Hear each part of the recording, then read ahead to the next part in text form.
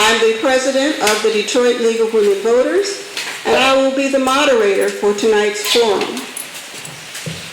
We welcome you candidates, fellow citizens, to the League Hamtramck Candidate Forum for City Council. I wish to thank the Hamtramck Public Library for the use of their beautiful facilities. I especially want to thank our partner, Citizen Detroit.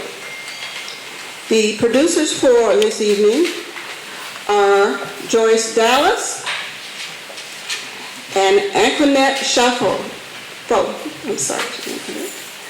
Okay. At this time, I am pleased to introduce producer Joyce Dallas from the board of the Detroit League of Women Voters. Good evening, everyone. This forum is for the primary to be held on August 6th. 2019. This forum will be filmed for later viewing, and we ask that you please now turn off your cell phones. Thank you very much. I see everybody reaching for them. Thank you. The League of Women Voters is a national organization whose mission is to promote political responsibility through informed and active participation of citizens in government.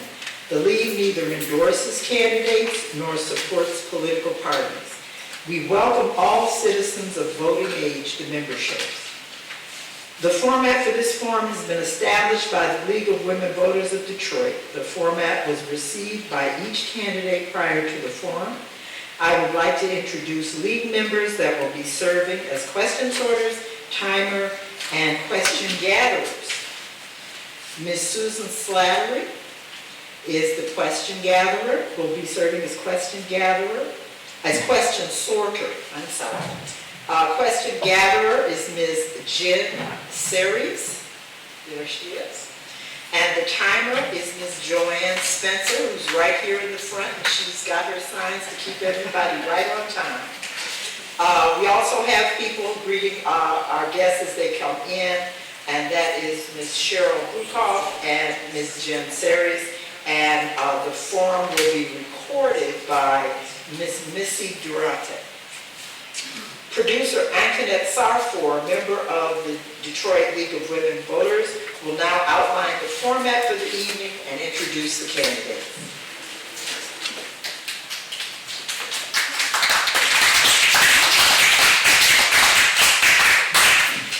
We invited all candidates to this forum. The candidates here this evening will introduce themselves and indicate which office and district they are running. So please go ahead, real quick, introduce yourselves and the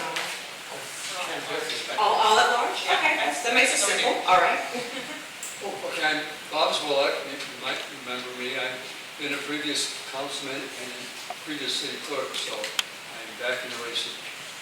Saying, bring back Bob. My name is Justin Jessup.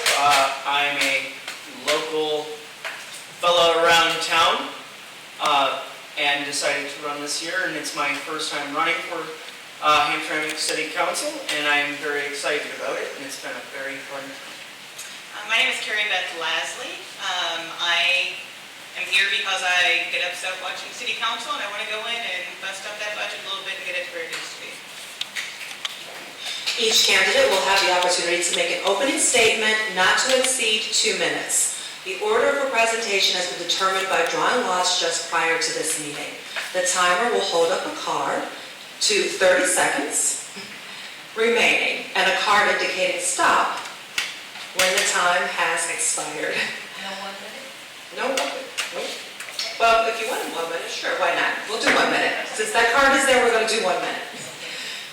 When your time is up, you must stop speaking, even if you are in the middle of a sentence. Following their opening statements, the candidates will be answering written questions from the audience. These questions may be addressed to a specific candidate or may be for all candidates. The question gatherers will circulate through the audience with cards and pencils. They will pick up the written questions and deliver them to the question sorters. The sorters will review them for redundancy and for slanderous content. The moderator reserves the right to close discussion on a question. The moderator is in charge of the forum at all times. Candidates should not make personal attacks on other candidates. Such attempts will be cut short. The moderator's decision on this matter shall stand, even if the decision to cut off the candidate was made in error. Questions will be staggered so that a different candidate will be the first person to answer each round of questions. At the end of the question period, each candidate will have the opportunity to make a 2-minute closing statement. Audience, you may now begin writing your questions. I remind you that there are to be no comments from the floor during this forum and ask that the audience refrain from applauding until the end of the forum. I now return the podium to our moderator.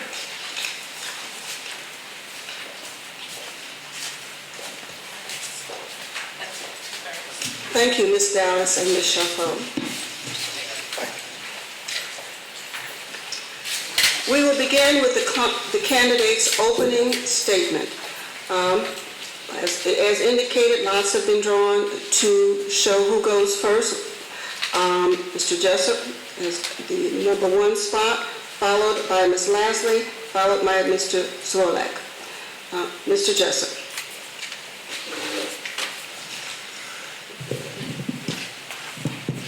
I would like to thank everyone here today.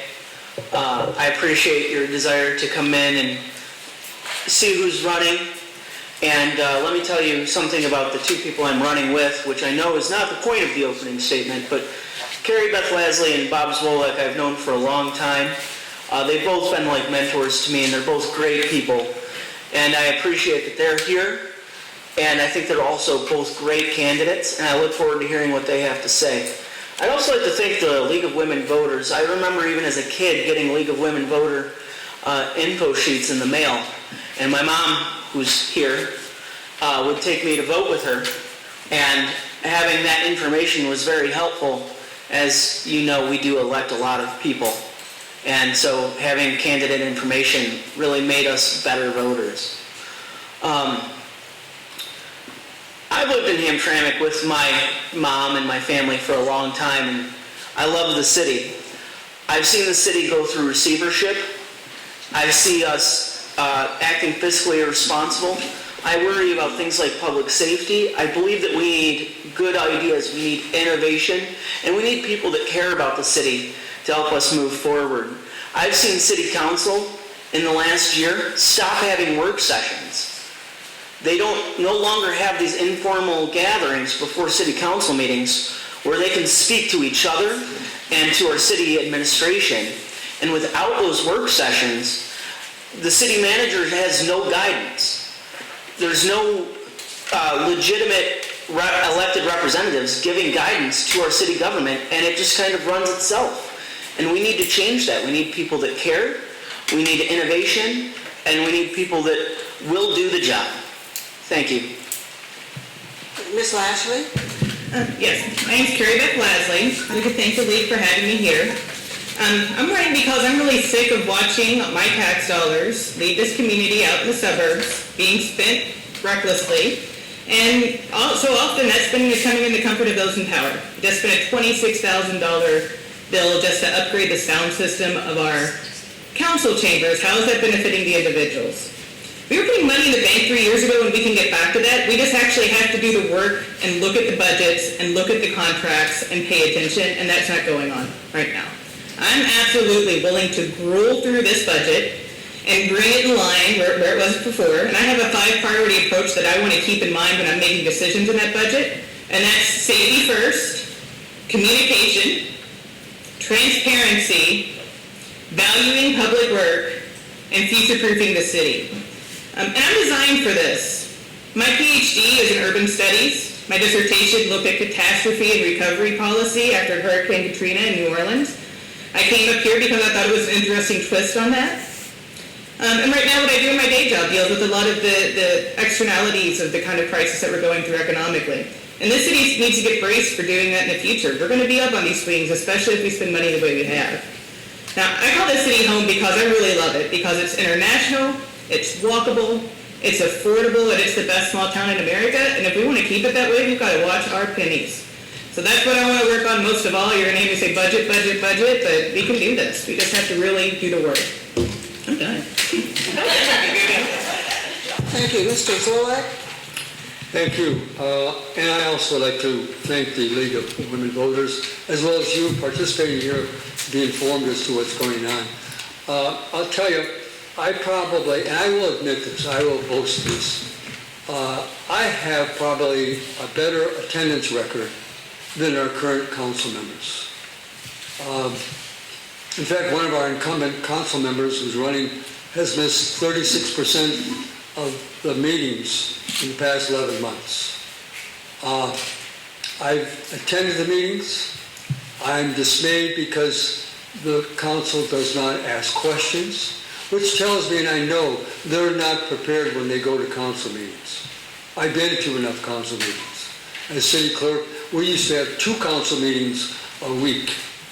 Now, currently what has really driven me to get back involved is, I remember when Hamtramck had a reputation for being a very clean city. It's not clean. This is July. We still have potholes and craters on our streets. We do not have a police presence. We're having more and more problems. And I can't make excuses for our visitors that come in here. And they say, what happened to Hamtramck? Well, it's management and people that aren't engaged. Now, number one, my main priority in this campaign is to get the people to be part of the census in 2020. We can bring in millions of new revenues if we account for 3,000 to 5,000 unaccounted people who reside in this city. It would take care of a lot of our financial problems. The census in 2020. Thank you. Thank you. Now we will begin the question portion of our program. The first question, which will go to Ms. Lasley, will be, what qualifies you for this office? I spoke briefly at the beginning, but my background is in urban planning and urban studies, a little bit of sociology, Middle Eastern studies, and geography mixed in there. I went to college a very long time if you're trying to do the math on there. But mostly it's my work that I've done. I've worked on policy, I've worked on community development policy, I've worked on housing policy, on disaster policy, on environmental policy. And it's made me a little bit of an anti-planning planner, but I think that's what's going to make me good for council, which is, I think we do a lot of time planning, and I my field planning for the wrong things. We plan for the bucket of money to come out of the sky and fix all of our problems, how we're going to redo Joseph Campo and we get $6 million, and that's not going to happen. What I really like to focus on is planning on for the things that happen that throw you for a loop. So the hurricane hits, the real estate bounces, the plant closes. So we need to be prepared for what's coming up there. And spending every last penny and more than what we have isn't going to let us weather any sort of storms, any sort of economic crisis that occurs, any sort of bump in the market. And so what I really want to do, like I said, what really qualifies me is I'm willing to do the work, because the people who are there now are just not doing it. They're just rubber stamp. But not only can I do the work, I can do it in a qualified, educated manner with a background from experience and understanding policy. Thank you. Mr. Zolak, the same question, I'm sorry. What qualifies you for this office? As in my literature that I've given out, showing you my past experience and participation And again, I've been on the city council for already 6 years, and as a city clerk for 8 years. So I'm pretty well familiar with the complexity and how complicated the city of Hamtramck is. I've seen it go through a number of changes. I've seen the demographics change. I can see the needs there. I was very fortunate when I was manager of the Knights of Columbus Hall when we were on Kona to work and serve with the various ethnic groups that came in and rented that hall. The Buddhists, the Bosnians, the Bangladesh, the Arabs, the Polish people, the African Americans. I got a real education on all the various cultures that we have in Hamtramck, more so than most people have in that particular role there. And again, I want to emphasize, and this is very important, if we had 3,000 more people in our census next year, we could generate another $5 million in additional revenue coming into the city every year. That in itself would solve a lot of problems. We can eliminate our city income tax, and we can do a lot more in terms of services. I am tired of Hamtramck City Hall being called a police academy, fire academy, a municipal employees training center, and also an economic development director training center. We do have people coming and going. We need consistency and continuity in City Hall. Thank you. Mr. Jessup. Carrie Beth Leslie and Bob Toller are both exceptionally well qualified candidates by any way you look at them. I could tell you I have a master's in economics. I could tell you about my engagement with city council that I've had, where I routinely show up. But I think the important thing to remember is that what we're actually talking about is American democracy and representative democracy. And we need people from the community on council to represent the community. That's the cornerstone of American government. And I think the question we need to be asking isn't so much about what kind of academic qualifications, but I think we actually need to try to rewrite to expand council to more people. We need more constituencies. Carrie Beth Leslie has an incredible history of academic achievement and work with governments in solving in finding solutions for public problems. Bob has years and years of experience, but you know what? We need people with new ideas. We need people from different backgrounds to come in and bring their experiences in. And that's something I would like to see happen. Thank you. Thank you. Okay, our next question, we'll begin with Mr. Zworak, is, are you for or against marijuana shops and grow operations, and why? As much as we have enough various groups in Hamtramck that are opposed to marijuana dispensaries in Hamtramck, I do advocate the manufacturing, testing, and distribution of marijuana or cannabis in Hamtramck. We've had people, investors that want to come in and do that. I think that would take care of those who object to medical or dispensaries in Hamtramck. But we can generate revenues if we do allow manufacturing, distribution, and testing of the product. It is far more than just a recreational item. It has also gone into various other extractions that benefit a medical need. So I'm not trying to say that I'm for the dispensaries. There are plenty of dispensaries throughout Detroit. We don't need to get into it. Thank you. All right, Mr. Jessup? I have to agree with Bob, and I think that CV is going to say about the same thing because she's put out information on this and has a record. I think that as much as I would like to see some industrial areas used for, and I would have no problem with them being used for marijuana cultivation, I do not like the idea of a pot shop on Joseph Campo or in our central business districts. I think that a marijuana dispensary is, to put it quite bluntly, a little trashy on a main street.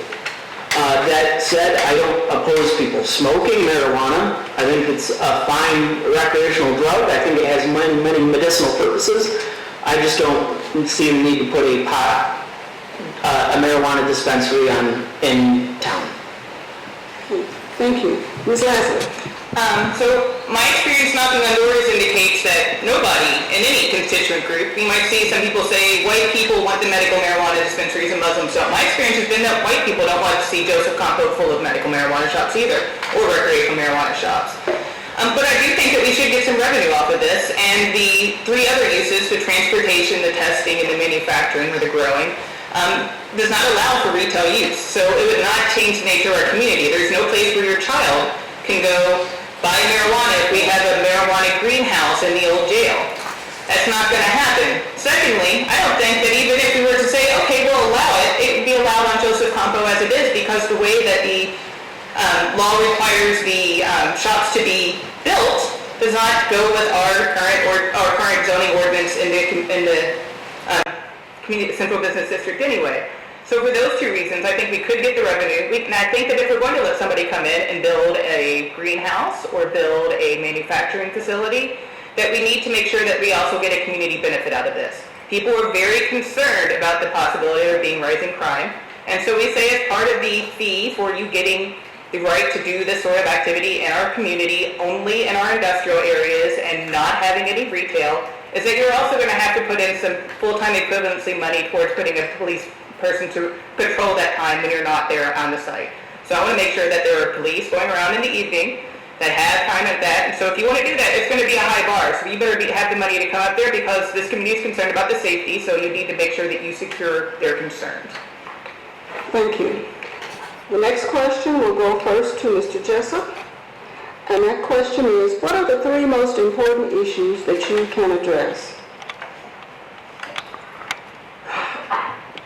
The first thing I'd like to address is something that we've all seen, everyone that lives here, and that's public safety. I ride a bicycle. I also walk around town a lot, and we've all seen reckless driving. I would like to see more citizen engagement and use of citizens to take action on this. I proposed at City Council that maybe we get a volunteer force of people as they're walking around that would be armed with cameras that could sign affidavits as to reckless driving. Again, you know, like, I'd love to see this workshop and see something happen. The other thing is, I was very active and vocal in the city's dealings with the fire department. We signed a contract with our fire department several years ago to have a staff of 32 people, and in the budget process, they cut our fire numbers. Now, I'm not an expert. I don't know what it requires, how big a fire department we are required to have, but it seems like if we sign a contract for a minimum level of staffing for safety, then we shouldn't be breaking that contract in the middle of the night through the budget process. And lastly, and this is a bigger one, again, more and better representation of our constituent communities. I would like to see a charter rewrite. We need to expand the council. We need to change the way we elect our council members so that more of the community is represented. Thank you. Thank you. Ms. Lasley? So I think the three biggest things are the budget, the spending of the money that goes into the budget, and then eventually the taxes. Right now we are max taxed, and we are one of the few communities that have an income tax. You're going to see a lot of people who aren't here tonight because they didn't think it was important or had something better to do, tell you that their plan is to eliminate the income tax. I'm going to tell you that that's a beautiful, beautiful idea that we have to work towards, because right now we are spending negative $2.2 million next year. So we reliably get $2.2 million out of income tax. So that makes a negative $4.4 million impact on the budget. And I'm not sure we're even going to have the cash reserves to put forward a budget like that. So I'm not sure you could even legally submit a budget that has that. So we really need to work first on getting to where we can lower these taxes. We can't also offset this with property taxes. We're already max taxed on our property tax. We cannot raise our property taxes. So what we need to do is start spending better, number two. so that we can eventually get to the reduction of taxes. And we do that by working on the budget, which right now, when they submit the budget, it was essentially the legal minimum they had to submit. You can't look at that budget and figure out where the money's going real easy. And it's not just because it's difficult or budgets are complicated, it's because there's not a lot there. They're giving you the minimum that it is, so it's really hard to understand how your money is being spent, how you could change that, and that's never going to allow us to lower our taxes. So if you want to talk about getting rid of the income tax, I think that's a great idea down the road. We want to talk about lowering our property taxes first, that's an even better idea. But what we have to do first, we have to balance our budget and put some money in the bank like we were doing 3 years ago, or we're not going to make it the second anybody has a bad day out here.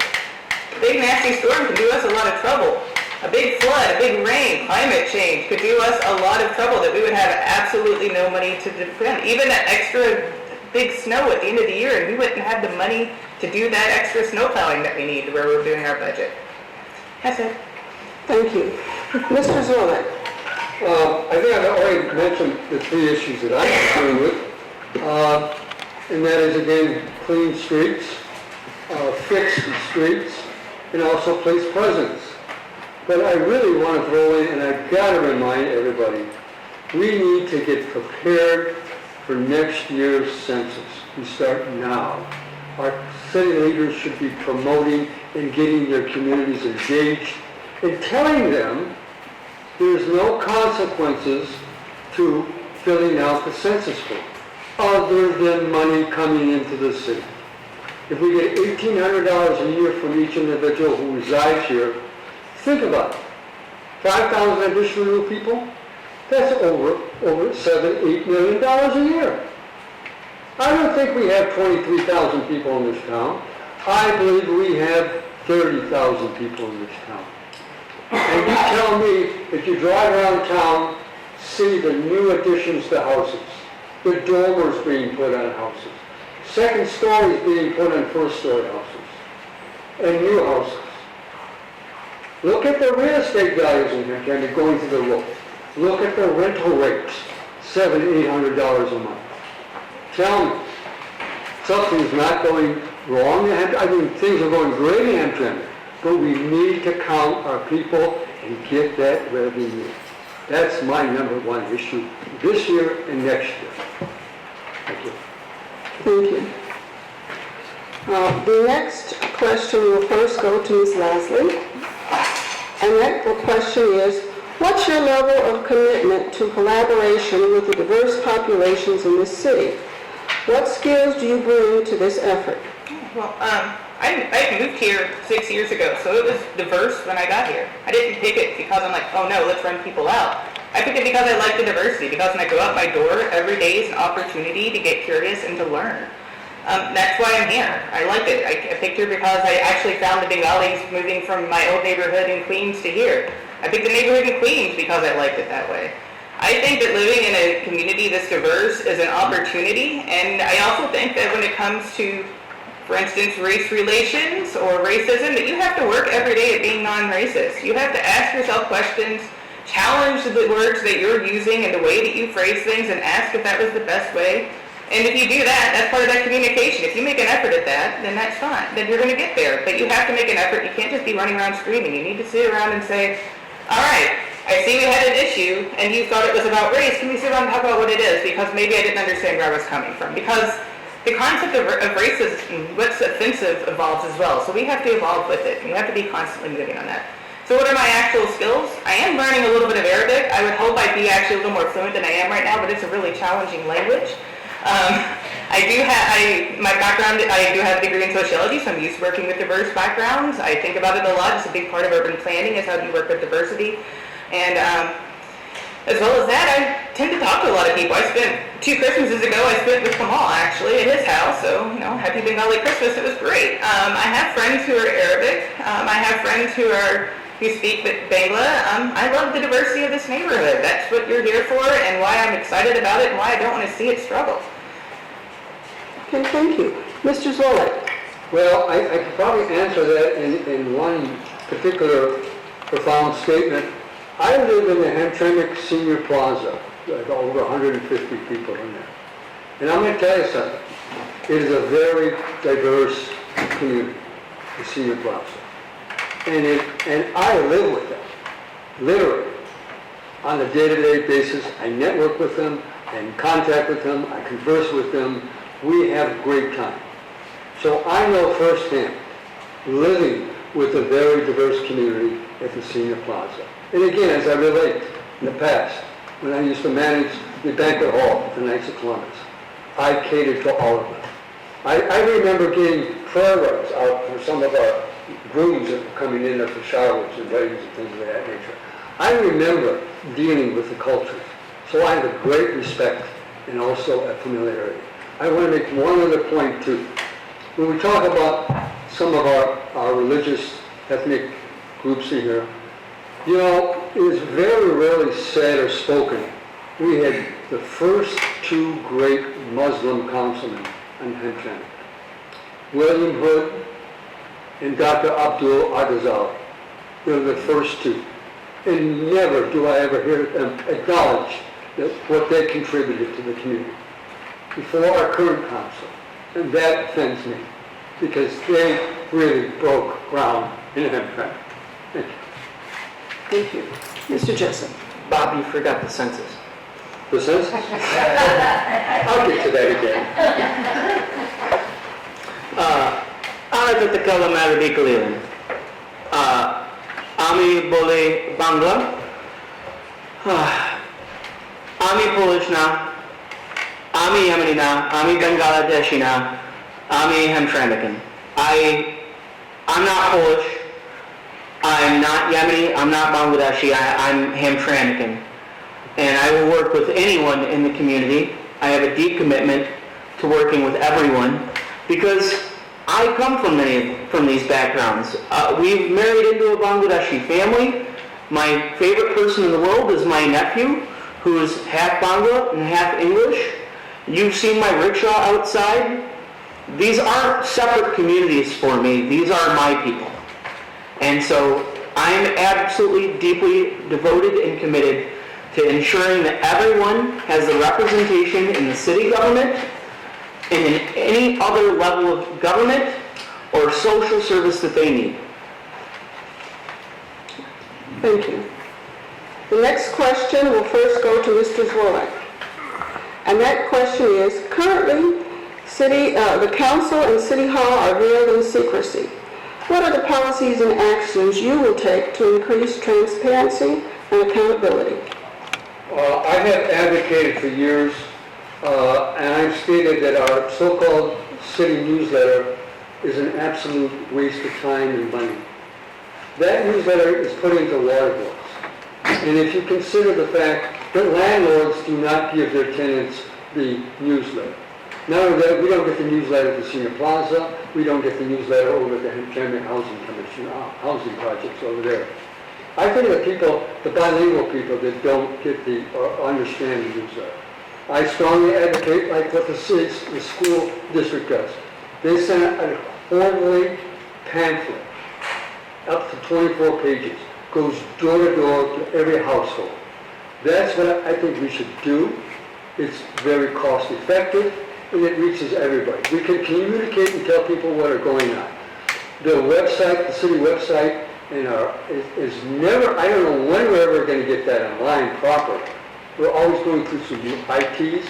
Not only that, but with our television and our public broadcasting, people can't hear us. And it's been years. I remember 5 years ago, we dedicated $15,000 to replace equipment. 5 years later, we're still not up to speed.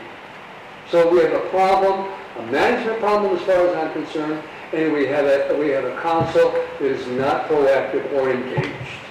Thank you. Thank you. Mr. Jessup.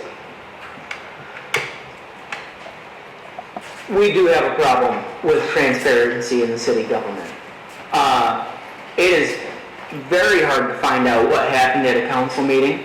You can go on board docs on the city website, but you can't see how things were voted on until 2 weeks later when the minutes are approved, and even there's a lot of digging that's required.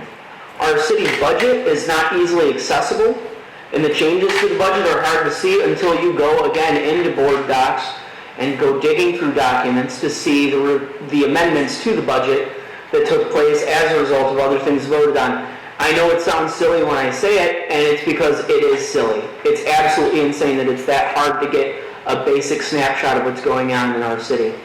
That needs to change, and that will change with new people on council who demand more effective oversight and transparency from our government. The other thing that we need is just better accountability to the citizens. I'm lucky because I've done enough with council that I know I have Kathy Anger's email. I know Rodney's email, and I can harass these people if I need to, and that's not the way this should work.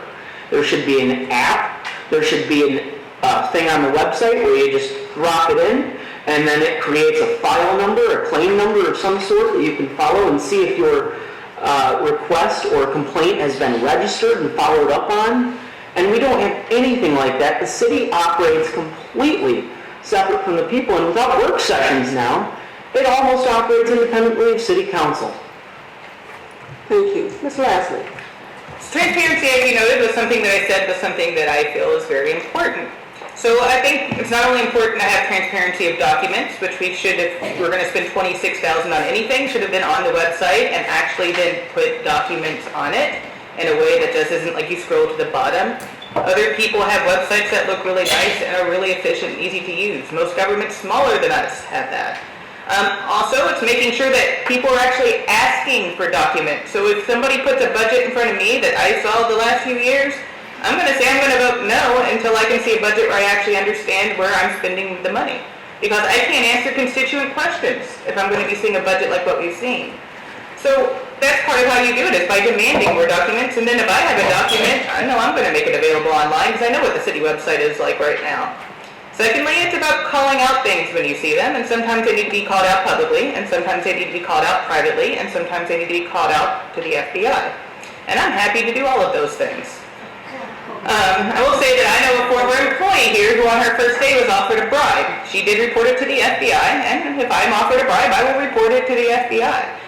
There's a lot of things going on here that, like I said, some of it needs to be public, some of it needs to be gone straight to the FBI, and I have a record of being the one willing to go do that person, be the person who speaks out, organize people, and let people know what's going on. So if you want the person who's going to be calling out and demanding more documents and more accountability for what we're seeing, I think I'm probably your girl, at least in the historical form, and I hope to exemplify that in the future. Thank you. The next question will go first to Mr. Jessup, and that question is, what problems do you see in the city's South End neighborhood, and how would you help to improve the city's South End neighborhood? The South End has certainly bore the brunt of economic downturns, not just over the last 10 years, but over the decades past. We do have a blight problem, we have an abandoned building problem there, and for the houses that are occupied, they're not up to code quite frequently, and it needs to be addressed. Code enforcement would help. More economic development would help. We've had a lot of turnover in our community and economic development department, and so I think that would help bring business and revenue in and make the south end of Hamtramck a much more viable place to live. That being said, I also think that we need clever and innovative ways of getting properties valued. I've recently been advocating the self-assessed property tax so that we don't just keep seizing property and turning it over. That's a complicated idea, and I'm already getting the sign for time, so I won't go into it. But again, new and better ideas. We can use that land if we just value it properly. Okay. Ms. Leslie? So part of it is when you have collectively our community and economic development associates have been out of college, their bachelor's degree for 3 years. So you are going to have a hard time having any sort of knowledge about what to do or what resources you have available. I think Justin did a really good analysis of what the problems are. We have a lot of vacant property, a lot of blighted property. We also have a problem with kind of reputational nostalgia, which is people think of it as the bad end of town, and even though I can tell you walking through that neighborhood it's just as friendly in the other part, when people think of it as that bad end of town, you have a lot more to overcome. And so How do we do that? First off, we don't take advantage of a lot of opportunities. At my day job that I work at the Wayne County Land Bank, we put in to do what's called a neighborhood enhancement grant through the Michigan State Housing and Development Authority. What that is a grant to really focus in on an area, and you can do any kind of assortment of activities. I'm working in Highland Park, and we're putting porches because we had a lot of really older people there who were having trouble getting in and out of their house and had poor stairs. But we could go in there and say, hey, we want to go to the south end, we want to work on something at south end, and whether that's doing housing development in some of our vacant lots, whether that's beautifying some of those lots, whatever it is, we can be really creative in those kind of applications. But we don't try to focus in on that area. We just kind of hope that it's going to take care of itself. And when you have a lot to overcome, you need a little help. The other thing is my rec plan. So part of what we talk about were vacant houses and empty lots. And also, that's also an area where we don't necessarily have the trash in the alleys. We often have it in front, which leads to racks. So I think that we need to have a process that is fair and that is transparent. And that is when somebody calls in a rat, the first thing you do is you go after the vacant buildings. And the first thing you do is you go after the garbage cans and make sure the garbage cans are how they're supposed to do. And the second thing you do is you go and you deal with the vacant houses on that property. We have tools that are available to us in our government that we don't use because we don't know how to use them, and we could be using them. Let's do it. Thank you, Mr. Roy. The South End definitely has its share of problems and occurrences.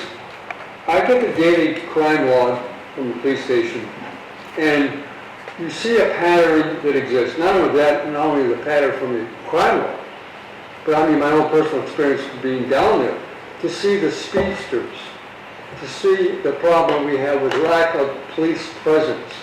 Not only do we need police presence down there, I would tell you that we also need a greater enforcement of parental responsibility enforcement. I would tell you, I have on 3 separate occasions, driving, whether going to the park over there or going down the side street over there, I have encountered toddlers in the middle of the street, playing or just wandering, under 2 years old. I've blown the horn for minutes, waiting for somebody to come out and get that child. I've seen kids darting out between parked cars. I've seen bicyclists running rampant, crazy, and into traffic. There is a problem. We need not only parental responsibility, but we need a program from our police department to engage and communicate with the community and say, look, you have a responsibility to keep in check your child and be responsible for your child. That's what we need down south, police presence. Thank you. The next question will go first to Ms. Lasley. And that question is, do you feel working with the current council members will come with ease or difficulty? And what will be your approach in working for positive outcomes? So this will come as a surprise. This is probably, just give you a brief background. People might be wondering specifically how I'd answer that address to, say, a particular person who I raised issues about paying taxes for. But I don't have a problem working with that person. In fact, in the last, I want to say 3 weeks, it might have been 2 weeks, this person had somebody else reach out to me. Mr. Alismari had Nasser Hussain email me, asked me if I could help explain some data that I'm familiar with that cities use. I said yes. I said, what questions do you have? I responded back to Nasser. Nasser then forwarded to Saad. And then Saad asked me for help doing some more, and I helped him all up until he asked me to use my credentials to do something I was not allowed to do, but I helped him up until that point. And so even though we were at probably our most contentious point in our history, and I did vote for the guy 4 years ago, even though we're at that most contentious point, I'm happy to work with somebody even if I don't think that they're really up to what they need to be doing. I don't think he's doing a good job, but I'm still willing to help him do a better job because he's my council person. And when I'm up there, all those other people there are my council people. We don't have districts, so it's not District 7 is even better than District 5. You're all my council people, so I need to help you succeed. If you are sitting up here and I'm sitting down there, or if you're sitting up here and I'm sitting next to you. That's the most important thing. It's best for everybody involved. Okay, thank you. Mr. Zorn? I definitely can work with them, and I would look forward to working with them in the next term. I've worked with them in the past, and to the extent where when you want something accomplished, if you're a council person and you want to initiate something, You need to get your fellow members on board with you. You need to spend time with them before the council meeting. You need to explain your point of view. You need to ask them. You can't go in there and hit them cold on the day of the council meeting. You need to inform them before you go in there. I've worked with them in the past, and I would look forward to working with them in the future. I think there are many things that need to be initiated. That's one thing we lack right now. We see council members do not initiate much in the way of any new ideas. They just go along to get along. And primarily, they're there for a title. They're not there to do a job or realize their responsibilities. And their responsibilities are to be an oversight. And if you're an oversight, you collaborate with your fellow council members to say, look, we have a problem. How do we solve the problem? How do we fix the problem? And that's what's not being done right now. Again, we're not necessarily broken this down. We just don't use the money that we have properly. Thank you. Thank you. Mr. Jessup. I think Bob makes a very good point about the way that our council works. Everyone on council is approachable. It's easy to get along with them. It's easy to work with them. The problem is that when do you get to do that? Without having the work sessions that council no longer has, when do you have the time to have the council all together and speaking informally? Go to a council meeting. They're kind of boring. They're very structured. You know, there's not a lot of back and forth. You can't have a conversation like we're having now, where it's just you say something and I say something and we come up with ideas and we bat them around and then we go to the city manager and say, hey, can we make this happen? And she goes to the city attorneys and so on and so forth. We don't have that anymore. We need that. Everybody on council is really easy to get along with. They're great people. But we're just not having those meetings where we can get stuff done. And so I can get along with council. I can work with them. I just need the time to sit down and bat it out. Okay. Thank you. Okay, the next question will first go to Mr. Roy, and that question is, while there are many ethnic groups within Hamtramck, they don't seem to work together or get involved for various reasons, sometimes cultural. How can we foster relationships and get more involvement? Oh, that's so true, but it's nothing new. It's been like that ever since we've had immigrants coming into Hamtramck. Whether it be a language barrier or a language problem, it's something that really resolves itself eventually with our young people, with the children. You know, the children of immigrants coming into Hamtramck have always been the translators, so to speak, for their parents. And so I'm more optimistic with the young people and the children who help to bridge that relationship between particular groups. The kids get along great in school, and that will eventually carry along with their adults and their parents. And keep in mind, many people from other parts of the world still have their customs and their thoughts and their ideas. Another thing is that sometimes leery to work or get together with other people because, again, different traditions and different customs. But then I'm very optimistic. Again, I've seen the assimilation. I've seen people starting to get involved. We have the problem with block clubs. We have the problem with say, Citizens Patrol, getting them involved. It's a challenge, it really is. But it's also the problem we've had with our current council members, who are leaders within their various communities, don't promote, don't encourage the people to get involved. And that's what's a sad situation, that even as leaders, they're not leading within their own community. Thank you. Mr. Jessup. This is a very, very hard question. The powers of the city to actually do much about this are actually kind of limited. You know, we're not a totalitarian state. You can't force people in each other's living room. However, the city has done amazing things. When we have the fireworks at Keyworth Stadium, you know, that's not attended by solely the pale-skinned children or the Yemeni children or the Bangladeshi children. Everybody's there. Everybody's having a good time. As far as council goes, I think, again, charter revision. We need a charter rewrite. As it is now, the way that we have ethnic blocks competing for votes, and then whichever block gets 51% of the vote gets 100% of the seats up for grabs is not okay. It doesn't foster people from the communities working together to get things done. And so if we change our institutions, the actual institutions we can control, maybe we'll have an impact on that. Otherwise, let's just keep having fun parties. Thank you. Ms. Leslie? What I've always said about Hamtramck is that we're very good at living alongside each other, but not necessarily with each other. And we like to say that this is like a community problem, that people aren't involved. It's just more apparent that we can kind of point to our differences and say those people aren't involved. If we were all one color, if we were all purple, we would be sitting around looking for some other way to say those people are not involved. And this really breaks down to an individual thing. Like you said, to some degree, the city council can't do it. Now, how can I exemplify that behavior? I think the way to work through breaking through those barriers is to talk to people who aren't like you.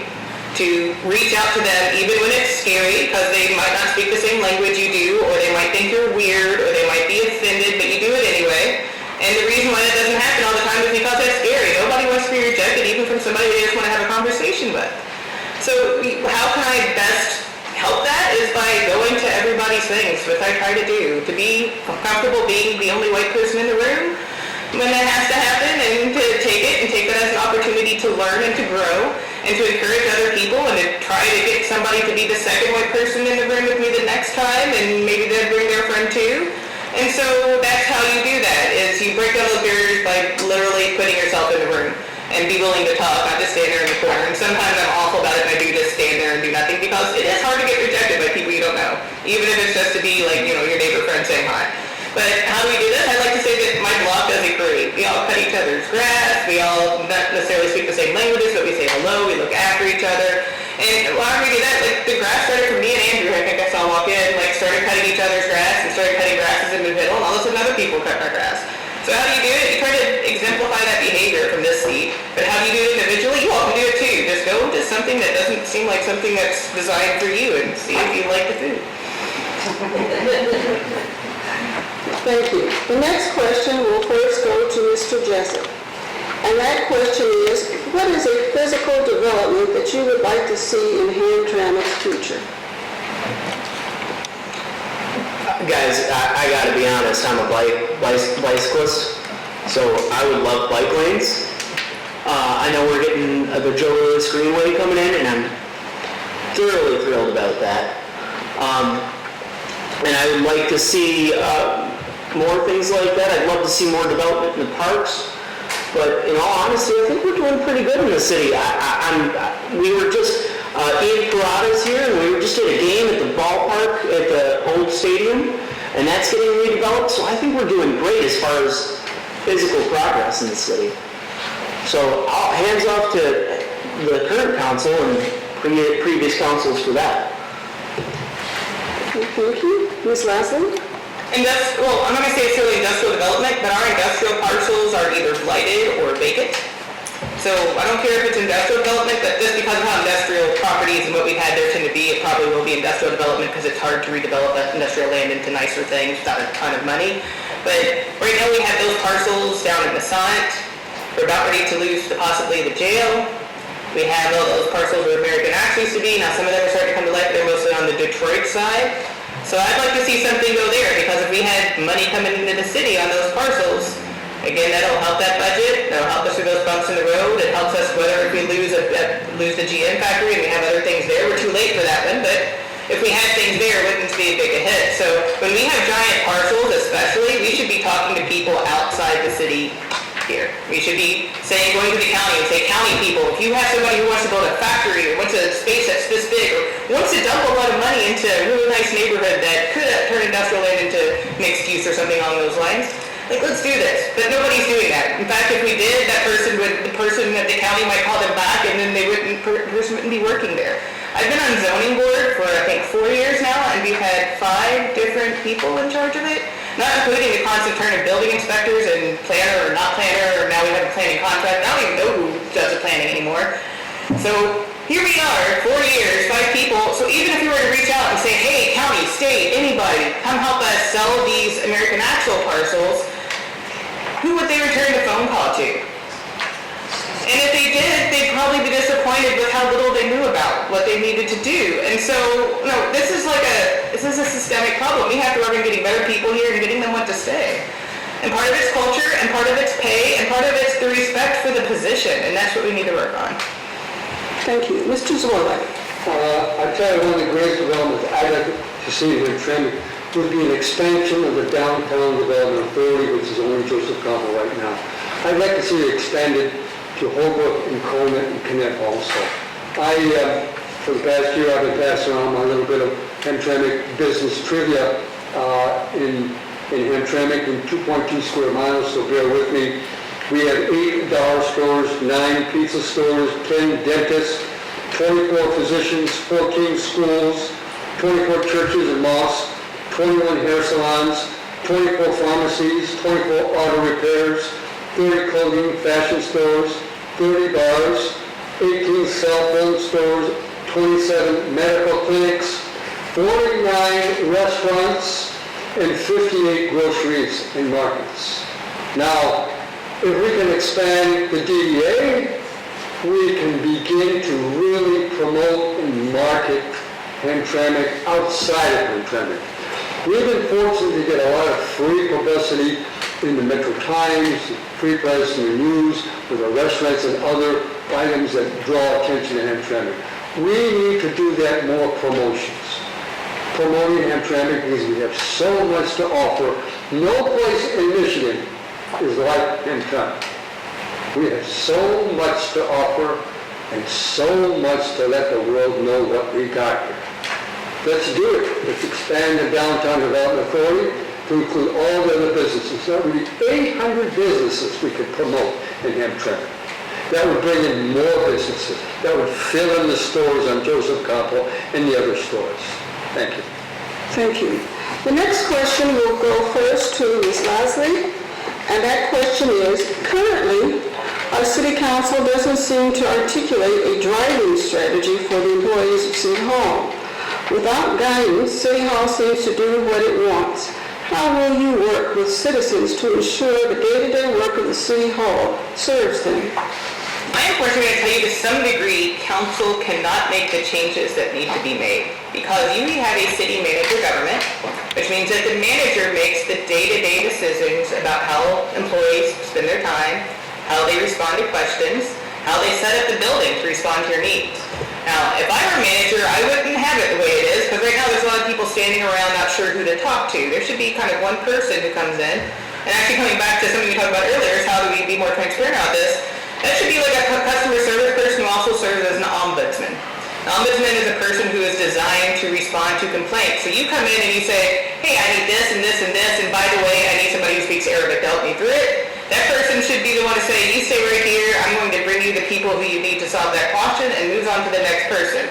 And when something sits there for 2 weeks, that's when the ombudsman role kicks in. If something has been sitting there unaddressed for 2 weeks, that person should be working to figure out how to address that issue.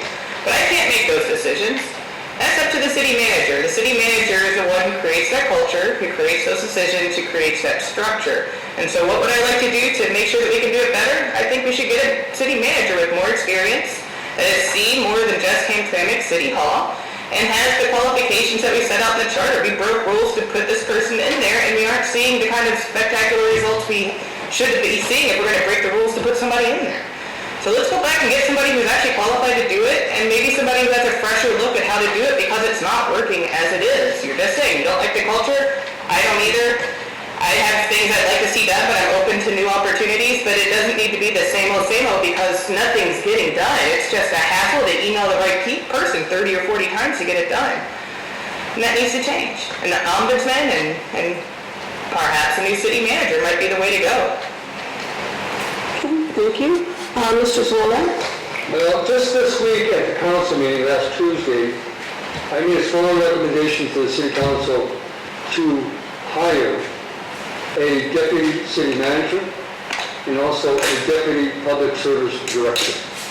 People don't realize the workload and the volume of activity that goes on in all the departments. whether it be the building department, public service department, the water department, even the city manager. I have to tell you, there needs to be some backup and additional management staff. We're already understaffed in our other departments. And unfortunately, this year we've seen the budget being cutting our staff. And I'll tell you this much. When you cut staff, you cut revenues. Because your staff is overwhelmed. They're always working. They're always overloaded. They'll never catch up. I've been there. I've seen that in the clerk's office. I see it currently in the clerk's office. The clerk's office needs at least 3 full-time people. We're dealing with business licenses and all types of other inquiries and regulations. So, if anything, I need additional staffing, and again, the key word is more staff. They will pay for themselves. Thank you. Mr. Jessup. I think CV made an excellent point about having that central person, that central point of contact, that ombudsman, and that's something I was talking about earlier with the processes. We need better processes as far as interaction with the city. She also makes a very good point about the fact that we do have a city manager. We don't control the city, the departments individually. We as a council, we don't have that kind of direct control. And Bob makes a point as well about increasing capacity. We need to increase capacity. I do have to disagree with him as far as adding staff. It seems like we've been adding staff. A lot of people have assistants that didn't used to. And that may be necessary. I really don't know. I have not worked in the city the way that Bob has. I don't have the service as a public employee the way that Carrie Beth has. However, I would like to see more efficiencies and brought in to help us do things better and cheaper, so that maybe someday we can lower those tax rates. Census. Thank you. Oh, I'm sorry, Bob. Did you say the census? Because Thank you. Thank you very much. This will be our last question, and it will be addressed first to Mr. Zuller. And that question is, how can Hamtramck city government work against institutional racism toward policies and practices that are truly anti-racist? That's not a clearly defined argument, and I really would tend to disagree that there is that exists there. I don't see that in City Hall. I've seen a change in the faces in City Hall. I do see a turnover of people in that town. We have been able to hire many people from different ethnic backgrounds. And to say that there is that, I think there needs to be specifics rather than charging that. For people to, and we have people come into council meeting making those kind of implications that there is this prejudice or there is this so-called white, black, or people of color situation. That's not appropriate. That just antagonizes people. That brings people apart. We can't keep on bringing these distinctions out in a governmental affair. We treat people all fairly and equally. We provide them the same services. We give them what they pay for because they're paying taxes. They're paying gasoline taxes. They're paying all kinds of taxes for services that they're not getting. So I think that particular discussion and dialogue is not appropriate, and it shouldn't be constantly emphasized. Like, what is the so-called solution? Where are the problems and who are the problems? That's never brought up. Who is creating the problem? Mr. Jessup? We do have a problem. Hamtramck has done more to address this, I think, than most communities in the country, and with the country as a whole. People of color are not enfranchised to the degree that we are.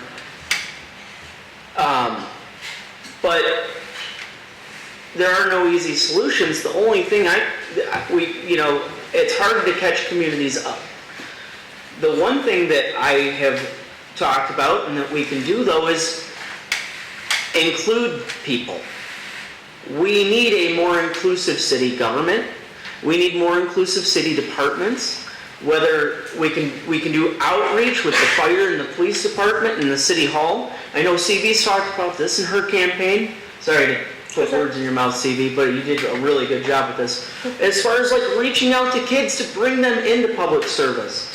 Because when we talk about this, the fire department and the police department just don't have the applicants coming in. Look at the people in front of you. We have 9 candidates for city council. The 3 white ones showed up. Grant you, I'm the rickshaw walla, so, I mean, give me a little bit of credit for being multicultural. But the 3 white ones showed up. It's about getting people involved, you know, and so that's one thing I've been advocating is a charter rewrite. Expand council, let's change the way we vote for people so that there's more communities represented, because until you actually participate, you don't count. You need to vote, but you also need a seat at the table. And that's something that I'm all for, and actually I know these guys are too, and it's just changing our institutions, and it takes a big change and we can do that. Thank you. Ms. Lasley. So I actually had 3, and I was going to compliment you on one of them. One of them is to do with rewriting their laws.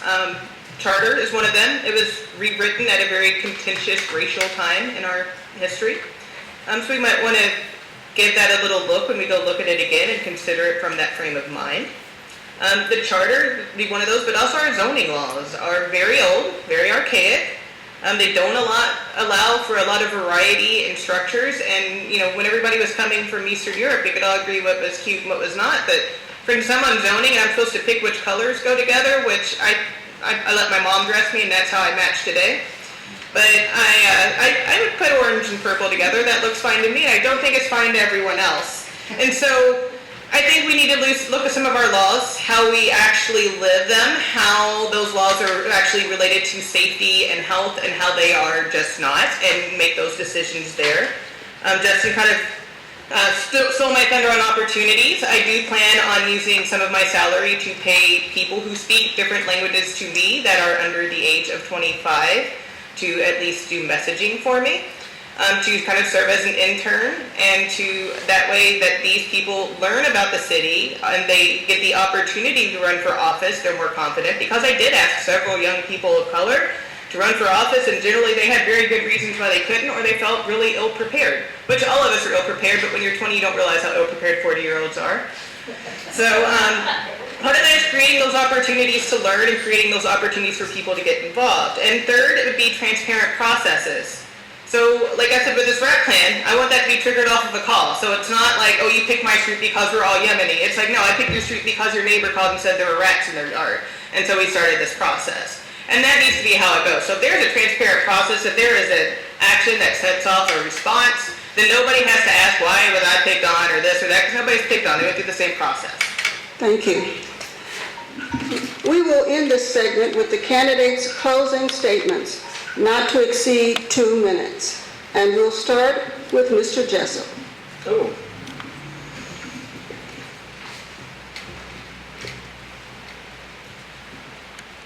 We are an incredible little city.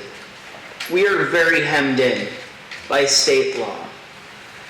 We need clever people, we need smart people on council that can maneuver and innovate our way out of the coming fiscal crisis that we're going to see when the economy turns down again. I have a lot of respect for Bob and for CB because these guys know what they're talking about. Bob has 100 years of experience. Oh, sorry, Bob. Yeah. Apologies. And CB does too. She just crammed it into a little bit shorter of a time. Not that much littler, but did Bob mention the census yet? And so these guys know what they're doing, and I've got crazy ideas that paired with people that care about the city, people that show up for things, people that go to work sessions and show up for council meetings, We could do great things and future-proof our city. Oh shoot, that's one of CB's lines I just stole. Sorry. That's all right. People that understand the community, people that are in the community, we can do this. And people that strive to have a vision for the city, a city where we're all included. And I look forward to the rest of this campaign. I'm very excited about it. It's been fun to get out there. And I hope I get to talk to all of you more. I have great ideas. I know you have great ideas. Let's kick them around and let's make this city even better than it already is. Thank you. Ms. Lasley. I will say that Justin and I tend to work, and Justin throws me this crazy idea, and I tell him how absolutely illegal it is and how it would kill everybody, but it does bring up new and great ideas. So I do think that he does have that kind of value, and he undersells his education. He has a background in economics, which we need. So what I'm going to talk about for the rest of my time is the budget and the more specifics, because I did not get to talk about it enough, because it is deeply, deeply critical if we plan on having a successful independent future going forward, because we are really on the precipice here. I just want to, everybody can say, I'm going to cut your budget, I'm going to fix it. I actually have real ideas. So for one, let's start with public safety. We no longer have an ambulance that belongs to the city of Hamtramck. So every time somebody hops in an ambulance, the Mercy Ambulance Company gets money put into their pocket from their insurance agency or from Medicare, and that money does not come back to our city. So I'm happy to spend the money on an ambulance if that means that I'm going to make the fire department more sustainable over time. So these little ideas, so doing that, going out for more of these grants, and when it comes to the staffing, yes, we've added a lot more staff in the city, but they've all been deprofessionalized. So we're adding people below, we're adding more clerks, more people who can push papers, but not more people who can ask questions and bring in resources and bring in new knowledge and understands the law and doesn't have to spend the 6 months that they're here learning what they're supposed to do so they can do it somewhere else. So what I want to see is really us work on making this a city that is professional, that knows that this is not student council and we need to take it seriously and show up and tell people what our ideas are, to work on it, to reach out to people. And I really, really want to work on that budget with very concrete ideas. And if you want to hear more about them, I've got like one for every little section of the budget. Thank you. Mr. Zoller. Thank you. And again, thank you for all being here and present, asking the questions. I really, really am saddened and disappointed that 6 other candidates did not show up. I really thought there were a few of them there that were really qualified and engaged in the community.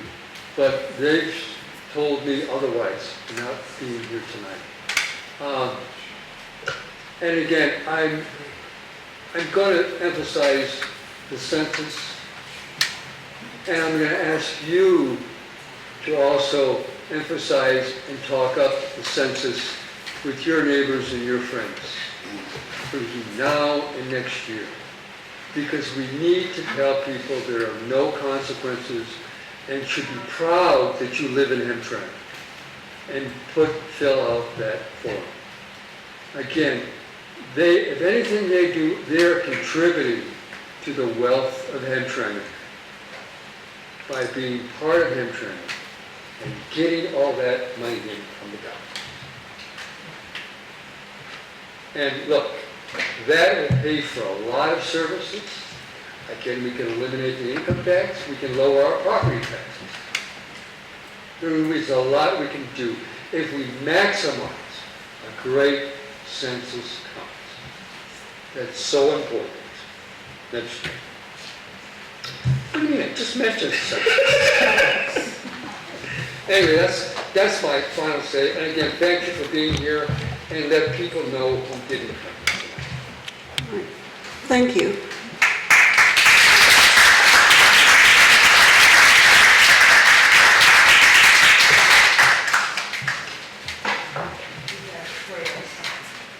I told you it'd be fine.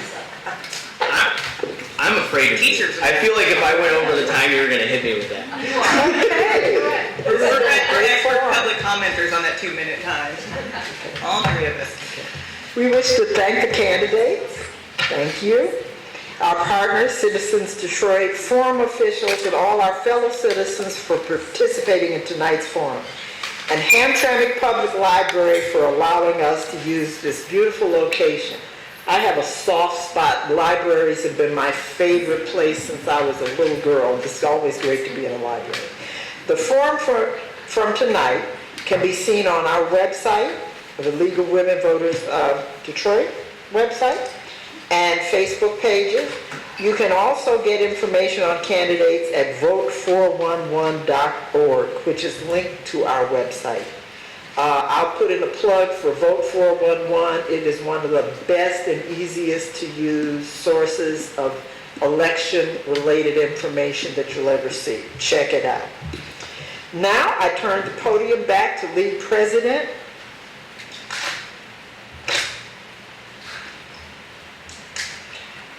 Rhonda Craig. Thank you. Thank you. I also understand that the Hamtramck Public Library is filming this event, and they'll have this available on their website. Is that correct? Okay, thank you. Again, I really appreciate the Hamtramck Public Library. You guys have done an excellent job in helping us and setting this up. We really appreciate it. And everybody, they deserve a round of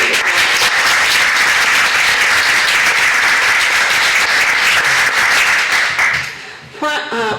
The primary this year is Tuesday, August 6th. Polls will be open from 7 a.m. to 8 p.m. You can verify your voting registration status by calling your city clerk or going to Vote 411, as Ms. Dallas pointed out, or to the Secretary of State website. Thank you very much for participating in our forum, and have a good evening.